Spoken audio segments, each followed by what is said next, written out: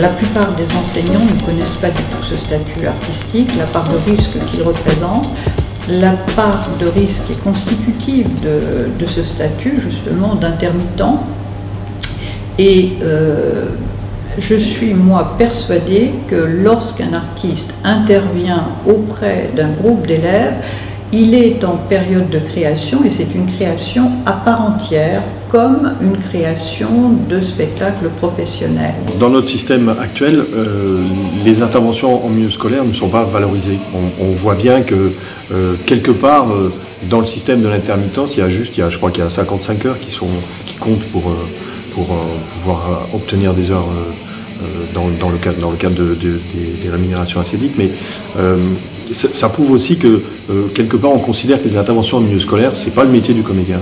Or moi je pense que fondamentalement ça fait aussi partie de ses missions. On n'a pas réussi à faire comprendre qu'un artiste qui travaille avec ses concitoyens a besoin d'être reconnu dans sa dimension artistique aussi bien que lorsqu'il travaille avec d'autres professionnels dans son milieu. Je pense que c'est tout aussi important. De même que les diminutions des financements sur les classes théâtre, sur les classes d'art dramatique, sur des choses comme ça, elles sont réelles, puisque nous on travaille beaucoup là-dessus et on voit très bien ce qui se passe. Ça donne quelque chose de pas juste. Cette année, grâce à la classe APAC que j'avais organisée avec un comédien professionnel, j'ai pu travailler enfin avec un artiste.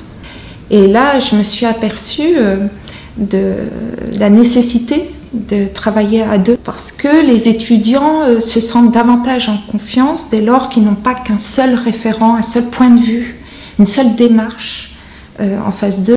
Cela leur permet de ne pas se focaliser sur un regard extérieur qui les surplombe, qui les dirige, qui les contrôle finalement.